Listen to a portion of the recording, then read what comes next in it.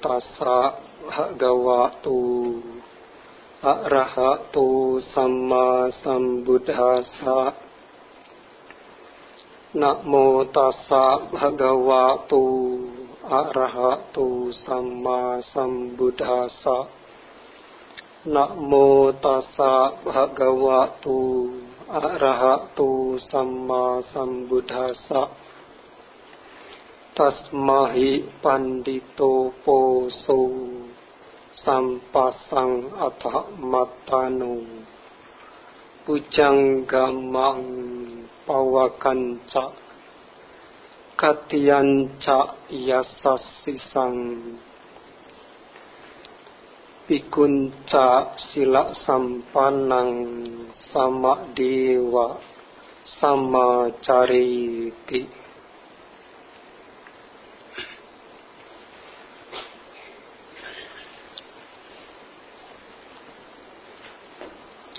Pemimpin puja bakti yang saya hormati, ya para Bapak Ibu, saudara-saudari sekalian yang berbahagia.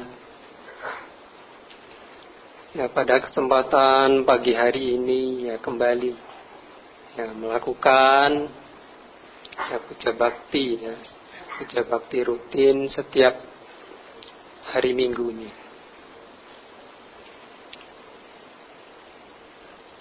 Ya, sama dengan minggu-minggu yang sebelumnya, ya Anda datang kemari, ya tentu ya disertai dengan keyakinan yang kuat, ya keyakinan yang kuat terhadap Ati Ratana, Buddha, Dhamma dan Sangha, dan juga ya tentunya ya harus disertai dengan semangat juga. Ya, kalau hanya berniat saja tidak melakukan ya tidak sampai. Ya. Ya, ini pada saat ini ya kita bersama-sama akan membahas Dhamma. Membahas Dhamma di saat yang sesuai. Ya, membahas Dhamma di saat yang sesuai. Mengapa dikatakan sesuai? Ya, sesungguhnya kata sesuai itu yang menyatakan bahwa diri kita itu sudah siap. Sudah siap mendengarkan Dhamma. Jadi yang harus dijaga adalah kesadarannya dan juga ya indriyanya. Utamanya adalah mendengarkan. Ya, mendengarkan. Jadi yang harus dibuka adalah telinganya, bukan indria yang lainnya. Ya, jadi itu yang sesuai. Kalau Anda masih melakukan ya segala sesuatu melalui indera yang lainnya, misalkan ya tangannya ya atau ya lain-lainnya ya masih ya perhatiannya terpecah, berarti belum sesuai. Ya, jadi waktu yang sesuai adalah yang dipergunakan adalah kesadaran. Kesadaran dan satu indria, telinga, yang harus diarahkan. Bukan indria yang lainnya. Wah, tangannya masih ya mengurusi yang lainnya, atau handphone dan lain sebagainya. Ya, itu belum sesuai. Ya, jadi ya harus sesuai, karena sudah tidak melakukan pekerjaan tertentu yang bisa memecah perhatian. Ya para Bapak Ibu, saudara-saudari sekalian, ya pada umumnya kita ya, saat ini, dewasa ini, ya kita utamanya yang memiliki usia di atas rata-rata, cenderung ya terlalu yang mendiskriminasi ya kaum-kaum yang berada di bawahnya. Ya sebut saja ya usianya ini sudah dewasa. Ya, sudah dewasa, kemudian melihat mereka yang di bawah usianya itu cenderung ya merasa wah tidak perlu dihargai. Tidak perlu dihargai. Terkadang malah tidak menganggap. Ya, tidak menganggap mereka ada. Padahal ya kalau kita lihat dalam kehidupan sehari-hari, ya justru yang mereka usianya lebih muda, ya usianya lebih ya dikatakan masih remaja, yaitu justru malahan lebih daripada yang mereka yang usianya sudah cukup umur, ya. Misalkan dalam hal apa? Wah, dalam hal tenaga. Ya. Kalau sudah berumur ya, usianya sudah kira-kira misalkan 50 ke atas. Dibandingkan dengan yang usianya 20 tahun, ya 30 tahun, ya itu masih kekuatan yang masih muda, ya toh. Ya. Jadi kita itu biasanya umumnya memandangnya apa? Usianya, bukan kemampuan yang lainnya. Wah, kamu itu masih muda, maka kamu itu misalkan ya memberitahu sesuatu yang mungkin itu adalah hal yang untuk kebaikan, untuk kebaikan ya misalkan keluarganya atau kebaikan bersama, cenderung tidak didengar, ya. Cenderung tidak didengar. Mengapa? Usia kamu masih baru. Kamu masih dikatakan anak kemarin sore. Ya. Kamu itu lahirnya duluan saya daripada kamu. Jadi pasti tahuan saya belum tentu, Bapak-bapak Ibu. Memang dari pengalaman mungkin Anda lebih banyak. Tetapi dalam hal lain belum tentu. Jadi apa? Kita usianya sudah mapan, sudah istilahnya dikatakan sudah dewasa. Ya belum tentu juga sempurna dalam beberapa hal. Sempurna seluruhnya kita itu tahu, yang paling tahu.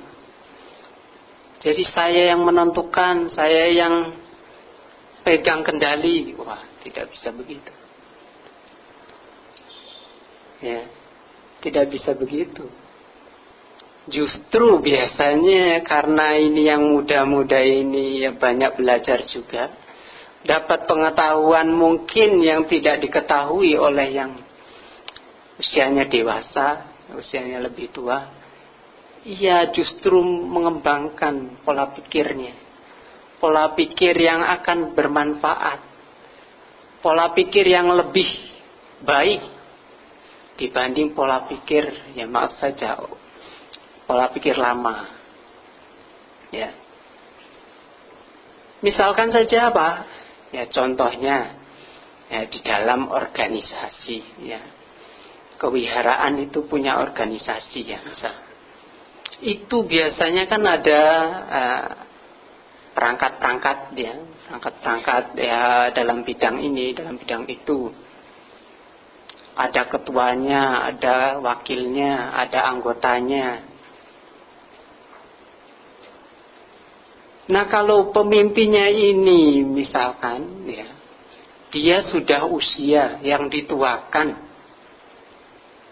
Ya, yang dituakan, kemudian pola pikirnya juga masih lama. Sudah dari dulu turun-temurun. Pola pikirnya begitu saja. Kalau kita lihat ternyata, saya juga banyak mengamati, ya di wihara-wihara itu tidak maju. Karena apa? Yang digunakan itu model lama. Ya ibaratnya teknologi lama begitulah ya. Ya. Kalau handphonenya itu handphone lama ya. Dibanding dengan sekarang itu mau pakai yang model Ceria. Ceria yang ada antenanya itu Nah, sekarang udah nggak laku ya. Nah, jadi pola pikir juga harus dirubah. Pola pikir yang lama ini juga harus dirubah karena mengikuti pola pikir sekarang. Ya. Pola pikir orang dulu dengan orang sekarang, teknologi dulu dengan teknologi sekarang. Kalau kita pakainya teknologi dulu, maka tidak akan sesuai dengan pola pikir sekarang yang inginnya modern. Begitu pula dalam organisasi. Organisasi ini yang muda ini pengen maju, pengen seperti yang lainnya. Di wihara-wihara itu ya organisasinya maju. Ya, karena apa? Pola pikirnya yang dipakai pola pikir ya sekarang ini. Ya, mengikuti trennya. Ya. Di wihara-wihara mengadakan misalkan apa ya puja bakti atau dana, baksos dan lain sebagainya. Nah, kalau yang dulu wah pola pikirnya wah kita harus puja bakti saja, hanya Theravada saja. Sementara di sekitarnya itu mayoritas ya misalkan dari ya Buddhis tapi yang lain-lainnya. Ya kalau kita pola pikirnya begitu ya maka kita tidak bisa organisasi dengan yang lain. Dan itu terkadang pola pikir yang lama menentukan bahwa kamu harus nikah dengan yang Buddhis. Sementara apa? Dia tidak pernah bergaul dengan yang lainnya, tidak pernah dipertemukan antar organisasi, antar wihara. Pengennya supaya dapat Buddhis. Tetapi di wihara itu tidak ada perempuannya. Tidak ada yang mudanya. Ya gimana mau cari Buddhis? Ya, gimana mau cari Buddhis? Maka pola pikir kaku, pola pikir lama itu harus ya diterobos. Karena apa? Ya pergaulan itulah yang nanti akan bisa mencari mana yang cocok, mana yang tidak cocok, mana yang pas untuk dirinya. Jadi mereka bisa banyak pilihan begitu loh. Kalau mau belinya itu, mau beli pakaian itu banyak pilihan. Tidak cuma satu toko yang dilihat. Jadi beberapa toko. Wah. Jadi dia bisa pilih. Nah, itu bisa mengkondisikan, wah kita ingin berharap, wah semoga anak saya ini dapatnya Buddhis. Bisa. Tetapi kalau kita menekankan, wah kita harus di wihara Theravada saja. Sementara di wihara Theravada tidak ada wanita-wanita yang ya, perempuan-perempuan yang ya, seumuran atau sudah kenal, bahkan mau berhubungan saja, sudah teman kok masa mau dijadikan istri, kadang begitu. Ya. Jadi kadang ada rasa tidak enak. Tetapi kalau di luar kan banyak, ini belum kenal, jadi dia bisa PDKT dan lain sebagainya. Ya. Jadi kita ya terkadang memiliki pola pikir demikian. Jadi juga ya pola pikir mereka yang usianya ini ya dewasa hendaknya lebih terbuka. Nah, lebih terbuka, lebih mau menerima masukan-masukan dari mereka yang lebih muda. Saya sering sekali mendengar yang tua-tua ya, yang senior-senior, yang istilahnya dituakan ini, sangat berat sekali diajak toleransi sama yang muda. Mau membuat acara sesuatu saja izin kepada yang lebih dewasa, padahal itu izin untuk menghormati loh. Kecuali izin tidak dihormati, itu dihormati, justru dia mengingat itu dihormati. Ada yang lebih tua, saya tak izin. Nah kalau dia tidak menghormat, justru dia tidak mau izin loh sama yang tua. Justru itu wujud penghormatan. Jadi kalau kita dihormati, ya justru kita juga harus menghargai apa yang ya disarankan. Misalkan mau membuat acara ini, ya didukung begitu, jangan justru dihalang-halangi. Apabila itu halnya membawa manfaat, ya jangan dihalang-halangi, justru didukung. Jadi ketika kita memperlakukan mereka yang lebih muda, ya khususnya yang orang-orang yang dewasa, memperlakukan yang muda ini secara tidak, ya boleh dikatakan tidak adil begitu ya. Tidak adil loh memperlakukan yang ini, memperlakukan yang ini, kok berbeda. Ya, maka akan timbul kesenjangan. Kesenjangan. Yang mana ketika tidak ada kecocokan antara yang muda dengan yang tua, maka akan ya timbul perselisihan, ya, timbul ketidaksesuaian, ya, tidak sejalan, timbul kebencian. Ya, jadi kecenderungan itu biasanya terjadi dalam masyarakat ini. Ya. Oleh karena itu ya pola pikir itu harus ada perubahan. Ada perubahan, harus dirubah. Jangan pola pikir yang lama kita pakai terus, karena tidak akan pernah sesuai dengan mereka yang inginnya pola pikir modern. Ya, jadi harus ada perubahan. Ya, Sang Buddha juga ya pada saat beliau ya berada di Savatthi. Ya, beliau juga pada saat itu beliau adalah petapa yang termuda. Ya, petapa yang termuda dan terkenal lagi, ya. Sang Buddha itu petapa termuda dan terkenal. Ya, padahal baru saja meninggalkan istana ya di usia 29 tahun, mencapai tingkat kesucian 35 tahun. Kan masih muda itu. Sedangkan ada petapa-petapa lain yang sudah senior. Wah, sudah usianya sudah lebih jauh sekali senioritasnya. Bahkan terkemuka, terkenal sebelum Sang Buddha muncul. Ya. Jadi dia juga ahli dalam membabarkan ya khotbah mengenai kebrahmanaan. Ya, tiga Weda, Brahmanisme. Ya, jadi ketika saat itu ya Sang Buddha sedang ya dikunjungi oleh seorang raja yang bernama Raja Pasenadi. Raja Pasenadi dari Kosala. Ya, dari Kosala. Beliau adalah raja yang cukup juga menjadi penyokong Sang Buddha. Ya, jadi penyokong Sang Buddha. Ya, Sang raja ini bertanya kepada Sang Buddha, karena sebelumnya sudah bertanya kepada petapa-petapa yang senior-senior itu ya mengenai apa?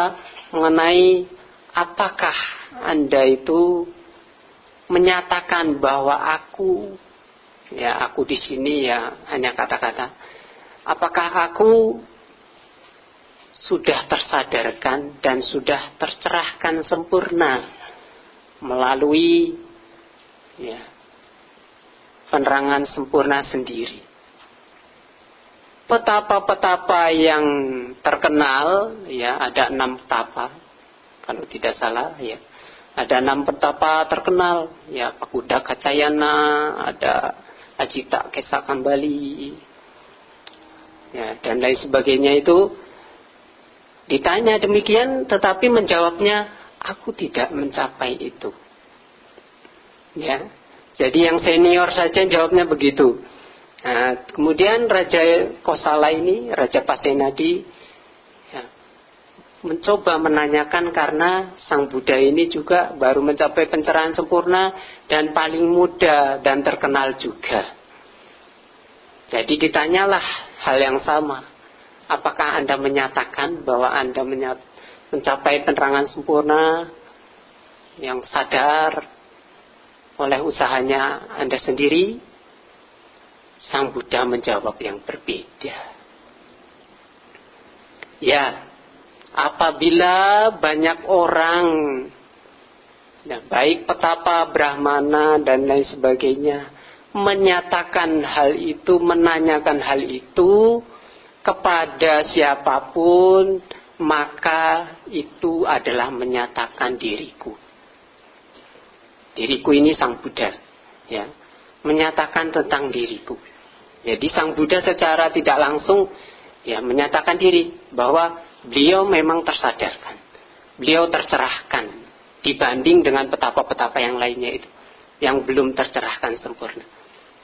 Jadi Sang Buddha ini wah, masih muda, wah, kok berani-beraninya begitu ya, berani-beraninya melangkahi yang senior-senior yang sudah lama menjalani kepetapaan, belum menyatakan diri tercerahkan.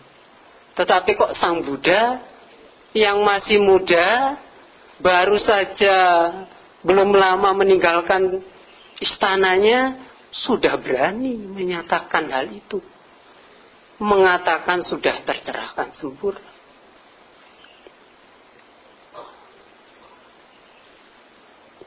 Ya maka Raja Pasenadi pun ya mengklarifikasi, Anda itu masih muda, Anda itu baru saja meninggalkan istana, kok Anda sudah berani menyatakan diri lebih unggul dibanding guru-guru yang terkemuka.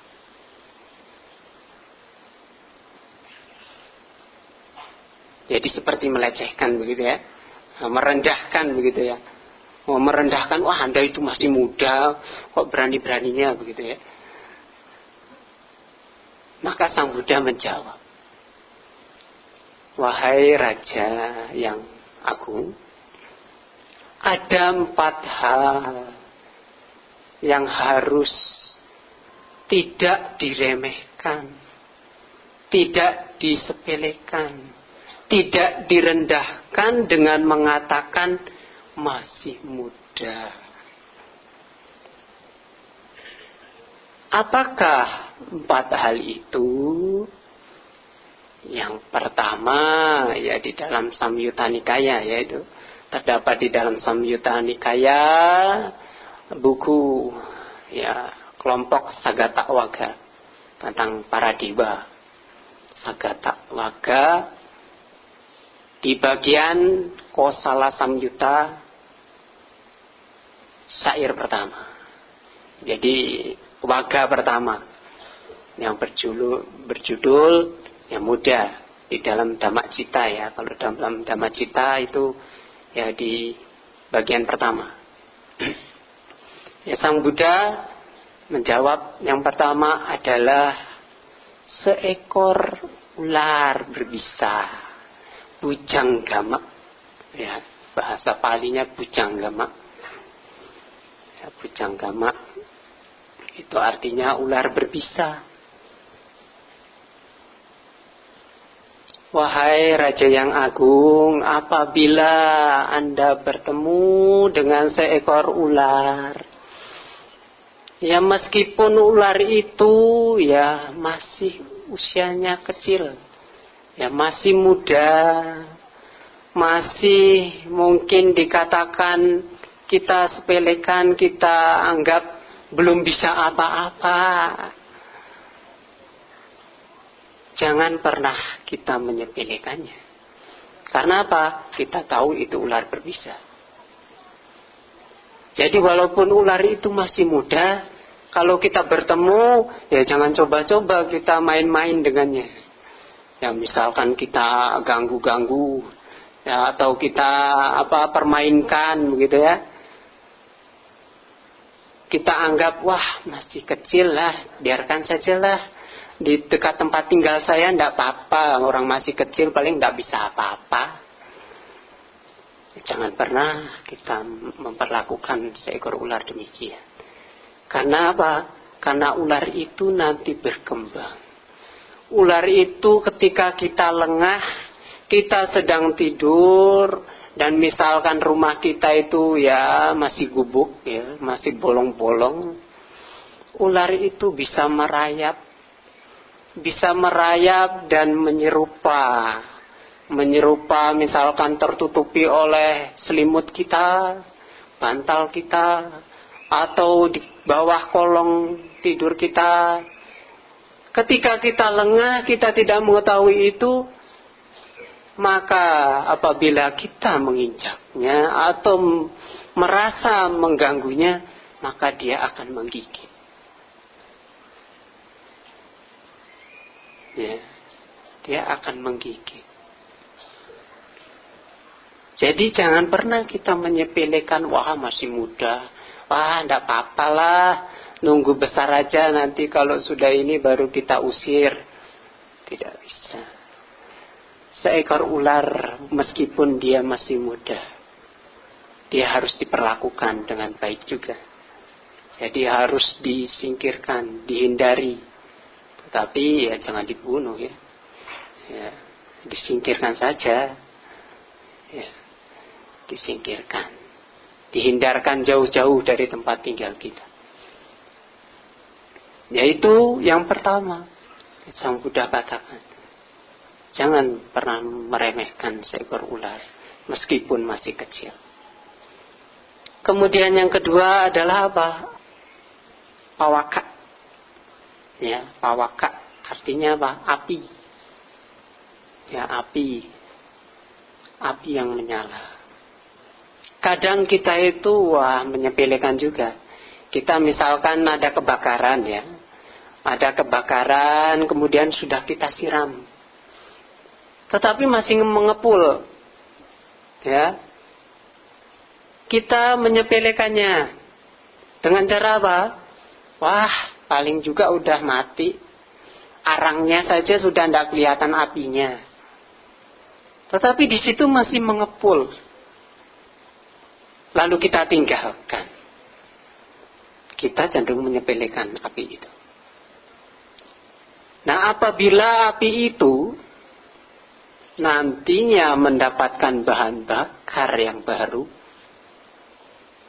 saat kita sudah melengahkannya, sudah lengah dari perhatian kita, wah mungkin sudah mati. Lalu kita cueki tinggal tidur. Maka ketika dia mendapat bahan bakar, maka ia akan dapat yang menghanguskan orang dungu itu. Sang Buddha mengatakan orang dungu. Sudah tahu itu nanti kalau ada bahan bakar lagi, bisa nyala lagi. Tapi kok ditinggal, maka dungu. Orang tidak tahu, bahaya. Jadi, kalau kita cenderung menyepelekan hal-hal yang kecil, hal-hal yang mungkin kita anggap ya sudah tidak ada gunanya, tidak berarti, sudah tidak bahaya, maka kita bisa saja mendapatkan ketidakberuntungan. Jadi ketika api itu nanti mendapat bahan bakar, kita bisa kebakar juga. Rumah kita, diri kita sendiri bisa celaka karena kita terlanjur menyepelekan. Jadi ini juga jangan pernah disepelekan. Jadi kalau mau mematikan api ya, matikan secara pasti bahwa itu sudah tidak ada lagi sumber untuk dia hidup lagi apinya. Jadi disiramnya sampai dia itu ya benar-benar mati. Jangan pernah menyepelekan, wah paling juga enggak nyala lagi, udah disiram kok. Jadi itu juga ya berbahaya. Kemudian yang ketiga adalah Katya. Ya, kalau zaman Sang Buddha ya masih ada Katya, kesatria, keturunan raja begitu ya. Penguasa lah kalau sekarang ini. Ya, jadi misalkan kita itu ya pemerintahannya masih pemerintahan kerajaan seperti di Inggris misalkan ya. Ada Ratu Inggris. Nah, kemudian dia punya putra yang masih kecil. Nah, kemudian dia mungkin jalan-jalan ke desa-desa, ke kampung-kampung. Untuk apa? Ya untuk mengetahui ya karena beliaunya adalah calon raja, seorang pangeran, ya melihat keadaan sekitar. Kalau kita sebagai rakyatnya, sebagai orang yang berada di bawah kekuasaannya menyepelekan, Aduh, raja ini masih kecil, ngapain kesini ya? Wah, pulang saja sana. Atau tidak menghormatinya, juga tidak menyambutnya, tidak menghargainya, cenderung merendahkannya. Maka itu harus berhati-hati. Karena apa? Kita tahu beliau adalah calon pewaris tahta. Kalau dia ketika masih muda tersinggung, maka ketika dia naik tahta bisa kejam toh. Wah, jadi raja yang kejam. Jadi nanti kalau dia naik tahta, pakai kekuasaannya untuk menaklukkan masyarakat sekitarnya itu dengan kekejaman, maka itu pun akan kembali mereka yang menghina beliau dulu. Jadi kalau kita merendahkan, misalkan kalau sekarang itu misalkan sultan, ya sultan, ya, kalau di Jawa itu masih ada sultan, yaitu kalau beliau punya pangeran, punya putra, ya kita, makanya masyarakat sana tidak menyepelekan. Karena Pak, ya nanti kalau beliau naik tahta, tidak ada kesan yang menyinggung, ya jadi beliau akan menjadi orang yang bijak juga, bijaksana. Jadi tidak ada rasa sakit hati kepada rakyatnya, jadi beliau memimpin juga dengan ya kebijaksanaan. Tapi kalau menyinggung, wah pasti. Oh, ini pernah menghina saya ini. Habisi. Jadi kita juga jangan pernah menyepelekan mereka. Meskipun masih muda. Ya, sama misalkan sekarang inilah. Ya. Sekarang ini ya mungkin ada bos-bos. Ya anaknya bosnya. Kemudian karyawannya ini ya melihat anaknya ini bos. Anak direktur di mana Anda bekerja. Oh, ada anak-anaknya ini nakal, wah. Anda omelin. Anda omelin atau Anda ganggu. Nah, anaknya ini kalau sakit hati bisa laporan saat itu, atau nanti misalkan kalau dia mewarisi perusahaannya, wah Anda bisa dipecat. Ya kan? Jadi itu sama seperti kita itu membuat sebab untuk ketidakberuntungan diri kita sendiri. Ya. Jadi itu berbahaya. Jadi jangan pernah kita, meskipun masih kecil, ketika dia sudah mengerti, maka kita akan mendapat ketidakberuntungan. Kemudian yang terakhir adalah biku. Ya, seorang biku juga meskipun masih muda, jangan pernah kita menyepelekan. Ya, biasanya umumnya itu kalau didatengin misalkan ya bukan biku lah. Ini ya, konteksnya ini misalkan para Atasilani atau Samanera, Samanera datang. Wah, umat kalau ini melihat masih Samanera apaan? Wah, tidak usah dihormatilah, kita tinggal saja, kita cuekin saja, atau kita ini saja, tidak usah dilayani. Wah, Anda bisa tidak beruntung kalau ternyata Samanera ini rahat, ya.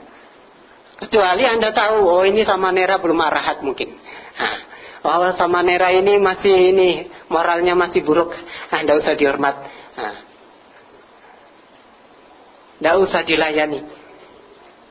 Karena Anda tidak tahu, Anda itu kalau tidak menghormati seorang yang bermoral itu, Anda bisa tidak punya keturunan. Tidak bisa punya keturunan, Anda tidak punya kekayaan, Anda bisa terlahir di alam yang tidak bahagia setelah menikah. Karena apa? Moralitas, kemoralannya ini yang berat sekali ketika Anda tidak memperlakukannya dengan baik. Jadi orang memandang itu petapa itu bukan dari fisiknya saja begitu. Terkadang orang itu, wah maaf saja ya, umat-umat itu, wah kalau ini tua pasti ini biku senior nih. Ya, ini pasti sudah mahatera misalkan, maaf saja ya, sudah mahatera. Padahal itu masih samanera. Jadi cenderung wah lebih ya, wah ini sudah mahatera, jadi kita memperlakukan dengan baik. Begitu ada petapa apa samanera yang masih usianya masih muda, wah ini pasti masih samanera ini. Padahal kalau dia sudah umurnya 20 tahun sudah biku. Ya, terkadang kita itu wah cenderungnya begitu. Wah ini masih muda, wah samanera. Oh, padahal dia sudah biku, sudah tera mungkin juga bisa. Ya. Jadi kita itu jangan melihat secara fisiknya, oh ini sudah usia, tetapi lihatlah, ya, atau tidak usah melihat hal tersebut. Kita harus melayani dengan baik. Ya, karena kita tidak tahu apakah petapa ini, ya baik samanera, tasilani, atau biku, ya, biku muda, biku senior, itu kemoralannya bagaimana? Karena kemoralan itu tidak bisa dilihat dari luar. Keadaan batinnya itu dari dalam. Jadi kalau kita tidak bisa mengetahui apa yang di dalam, kita perlakukan mereka dengan sebaik-baiknya. Karena apabila kita tidak mengetahui itu, tetapi memperlakukannya dengan baik, nah kalau misalkan beliau adalah sudah mencapai tingkat kesucian yang moralnya sudah baik, kita akan mendapat keuntungan yang besar. Tetapi kalau kita yang menghormat, menghargai, ya meskipun kemoralannya belum baik, kita juga tidak ada ruginya. Jadi kita jangan selalu terlalu menyepelekan, wah masih muda, wah bisa apa, ya terkadang begitu ya. Terkadang, wah kok harusnya saya ini kan ngundangnya biku senior, kok yang didatangkan biku muda. Jangan memandang demikian. Karena ya sangat berbahaya sekali. Kita bisa tidak dapat ada keberuntungan. Ya tadinya karma baik, karma buruk, karma baiknya masih panjang. Masih ingin mendapatkan keuntungan-keuntungan, ketika kita memperlakukan orang yang bermoral itu dengan tidak baik, secara otomatis kebajikan kita terpotong karena terlalu besar keburukan yang telah dilakukan. Karena yang tidak dihormati ini atau tidak dihargai, tidak muliakan ini seorang arahat misalkan, atau sudah mencapai tingkat kesucian. Ya, jadi kita melihat jangan dari luarnya. Ya, jadi dan di antara keempat hal ini, yang terberat adalah yang keempat. Ya, ketika dipatok ular, wah, mungkin menderita pada saat ini, tetapi tidak menderita di masa yang akan datang. Tetapi kalau memperlakukan seorang biku yang petapa, yang kemoralannya itu sempurna, maka akan ada ketidakberuntungan di kehidupan ini dan kehidupan selanjutnya. Jadi kita nanti bisa timbul penyesalan. Harusnya saya tidak begitu ya mungkin. Jadi kita harus berbuat yang sama begitu ya, yang sama kepada siapapun, baik kepada samanera sekalipun, kepada atasilani sekalipun. Karena bukan dilihat dari silanya saja. Misalkan 8 sila, wah mungkin sedikit di atas kita, jadi wah tidak usah diberikan sokongan atau diberikan persembahan. Ya, secara sila pun sudah lebih tinggi, sudah mempengaruhi. Tetapi batinnya ini juga lebih mempengaruhi. Karena meskipun atasilani, kalau atasilaninya juga seorang arahat, ternyata seorang bikuninya belum arahat, ya lebih untungan menghormat atasilani. Karena kemoralannya lebih sempurna. Ya, jadi kita jangan menyepelekan, meskipun mereka masih muda, ya belum biku, belum belum Mahatera atau belum apa, meskipun masih Samanera, belum Bikuni, masih Atasilani, ya kita jangan pernah menyepelekan mereka. Karena ya setiap kita menyepelekan orang lain, ya maka akan ada ketidakberuntungan. Begitu pula dengan seorang perumah tangga. Seorang perumah tangga pun bisa punya kesucian, bukan hanya seorang biku saja. Jadi kita juga harus menghormati mereka yang masih muda, yang muda menghormati yang lebih tua juga. Jadi kita harus saling menghormati. Ya itulah ya apa yang kita harus perhatikan, kita ketahui bahwa melihat sesuatu bukan dari fisiknya saja, tetapi dari berbagai macam sudut pandang. Dari sudut pandang manakah kita bisa mengetahui hal itu sempurna atau tidak sempurna, bermanfaat tidak bermanfaat. Yaitu yang utama adalah dari keadaan batinnya. Keadaan batinnya inilah yang paling menentukan apakah kita akan mendapatkan keberuntungan ataupun kebahagiaan dari memperlakukan orang lain. Oleh karena itu, ya mari kita praktekkan. Kita hormati, kita hargai setiap orang, kita hormati, kita muliakan mereka selayaknya orang tua kita, meskipun usianya masih muda, dan lain sebagainya. Ya, ajaran Sang Buddha adalah ajaran praktek, bukan ajaran teori. Oleh karena itu, setelah mendengar Dhamma, mengerti Dhamma dengan sebaik-baiknya, hendaknya mulailah dipraktekkan sedikit demi sedikit. Karena dari praktek itulah kita dapat memperoleh manfaat. Manfaat yang langsung kita rasakan di dalam kehidupan sehari-hari kita. Ya, semoga dapat memberikan pencerahan, perenungan bagi diri kita. Semoga para sanak keluarga leluhur kita yang sudah meninggal, yang mendapat manfaat dari kebajikan yang telah dilakukan. Semoga mereka telah hidup alam bahagia. Semoga semua makhluk hidup berbahagia. Sekian, terima kasih. Sadhu, sadhu, sadhu.